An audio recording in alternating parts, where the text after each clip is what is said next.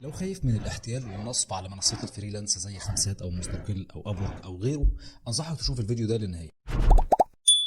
كلنا اول ما بدانا نشتغل كفريلانسرز على منصات خمسات ومستقل وغيره كنا خايفين جدا انه يتنصب علينا، او بعد ما نسلم الشغل للعميل العميل يهرب وما يدفعش فلوس الخدمه اللي احنا عملناها له. زي العميل مثلا ممكن يتحجج ويقول ان الشغل ده وحش او مش ده الشغل اللي هو طالبه اصلا، وحاجات زي كده علشان يهرب وما يدفعش فلوس الخدمه. ففي الفيديو ده ان شاء الله هنتكلم عن بعض الامور اللي تخلينا واعيين اكتر وفاهمين الحاجات دي بتتم ازاي. شوف، الكلام اللي هنتكلم عنه دلوقتي ممكن يختلف عليه او يتفق عليه كتير من الفريلانسرز اللي شغالين في المجال في الوقت الحالي. علشان كده مهما سمعت من نصايح وخطوات المفروض ان انت تعملها علشان تتجنب النصب عليك او الاحتيال عليك في منصات الفريلانس زي خمسات وغيره، فاكيد هيجي عليك الوقت اللي هتكتسب فيه الخبره الكافيه اللي هتخليك تعرف تتعامل بالطريقه دي بالاسلوب المريح ليك انت. بالنسبه للطريقه اللي انا بشتغل بيها او بتبعها وانا بتعامل مع العملاء بتوعي على المنصات الفريلانس، هي ان رب ضاره نافعه.